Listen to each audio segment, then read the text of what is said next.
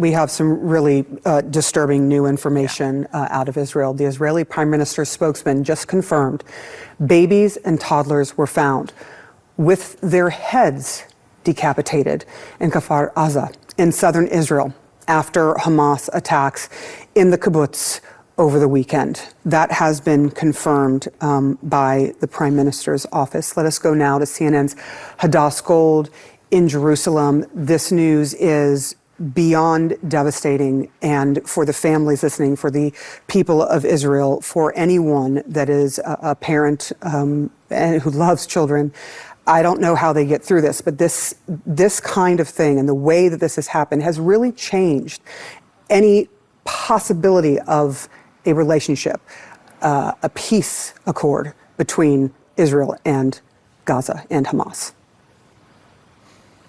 I mean, how can you when you're dealing with people who would do such atrocities to children, to babies, to toddlers? We knew that children and babies and toddlers had been killed. We knew that they had been abducted. We knew that they had seen their parents killed before their eyes and left by themselves in the middle of nowhere or in their houses to be hopefully rescued by a neighbor. But now we're hearing that it's even worse than we could have imagined. Now, we had been hearing reports that this had happened, but now we are getting this confirmed directly from the Israeli Prime Minister's office that babies and toddlers did have their heads decapitated by these terrorists when they came into Kahar Za. This is a small kibbutz near the northern part of the Gaza Strip. It's part of that, envelope of communities that sit right on the border right there. The Israeli Prime Minister's office has not given any sort of number on the number of children that this happened to, but I mean, when any Israeli hears about, innocent lives like this being taken in such a brutal fashion, this is why I think we're hearing the rhetoric from the Israeli military and from the Israeli government, the likes of which I have never heard before. And that's why I think whatever the Israeli military is planning to do in Gaza, it's going to be, again, the likes of which we have never seen before, because Israel, has never experienced anything like this literally since the days of the Holocaust. And that's why you hear so many people refer to the days of the Holocaust. This is bringing obviously a lot of sadness and shock to Israelis, but also a lot of anger. Absolutely. And I just want to let people know what you're looking at. You're looking at video from Tuesday. We've been looking at video from that kibbutz where the Israeli Prime Minister's office now says that they discovered toddlers and babies with their heads decapitated. We also saw there was a crib turned over. Hamas today is denying this. They're saying that they're false media reports and that they strongly dismissed the claims by what they said Western media outlets. This is now coming from the Prime Minister's office. We are looking at body bags there.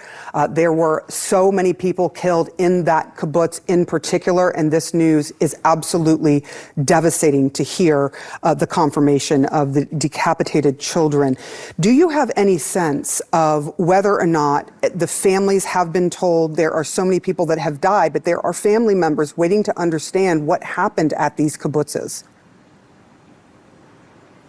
Yeah, there's plenty of families out there that are still waiting for information about their loved ones. The Israeli government has set up sort of central command centers where people can come and try to get more information.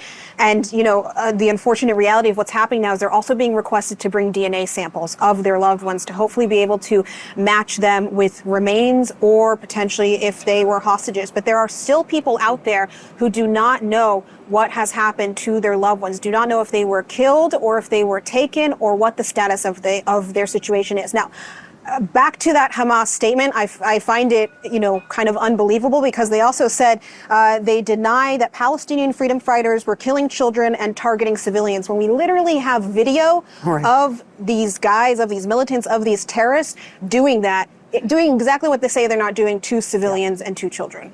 And they probably obviously have proof of this. There is video of so much of what happened and the terror that unfolded there.